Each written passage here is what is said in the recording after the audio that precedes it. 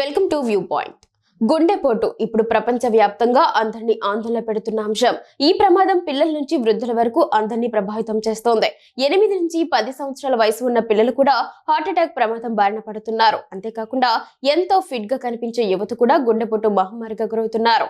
ఈ వార్తల గురించి మనం వింటూనే ఉంటున్నాం. కొందరు డాన్స్ చేస్తే గుండెపోటు బారిన పడుతుంటే మరికొందరు జిమ్ చేస్తూ హార్ట్ అటాక్ కి గురవుతున్నారు. దీంతో గుండె ఆరోగ్యం గురించి చాలా మందికి ఎన్నో ఆందోళనలు ఉన్నాయి. ప్రజలు మరింత జాగ్రత్తగా మారుతున్నారు. అయితే చాలా తప్పుడు విషయాన్ని నమ్ముతున్నారు. దీని గురించి అవగాహన కల్పించడానికి వివరాలు షేర్ చేశారు. గుండె ఆరోగ్యం గురించి మీరు ఏం నమ్మాలి, ఏది పూర్తిగా తప్పు అని సులభమైన రీతిలో వివరించారు. ఆ అపోహలేంటి, ఏం సమాధానం ఇచ్చారో ఇప్పుడు తెలుసుకుందాం. గుండెపోటు సడన్ గా వస్తుందా, దాని లక్షణాలు తీవ్రంగా ఉంటాయా? ఇది అబద్ధమని నిపుణులు అంటున్నారు.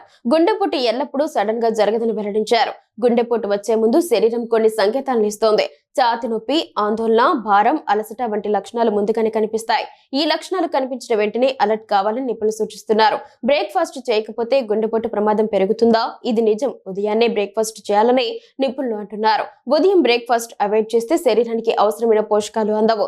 దీంతో గుండెపోటు ప్రమాదం పెరుగుతుంది. అందుకే ఉదయం బ్రేక్ఫాస్ట్ తప్పనిసరి అని నిపుణులు అంటున్నారు. శరీరానికి ఆహారం ఎంత అవసరమో నీరు కూడా అంతే అవసరం. తగినంత నీరు తాగితే ఆరోగ్యం మెరుగుపడుతోంది. ఈ విషయాన్ని నిపుణులు కూడా చెబుతున్నారు. సరైన మొత్తంలో నీరు తాగడం వల్ల అధిక రక్తపోటు ప్రమాదాన్ని తగ్గించవచ్చని డాక్టర్స్ చెప్తున్నారు. రక్తపోటు నియంత్రణలో ఉంచుకోవాలనుకుంటే తగిన మొత్తంలో నీరు తాగాలి.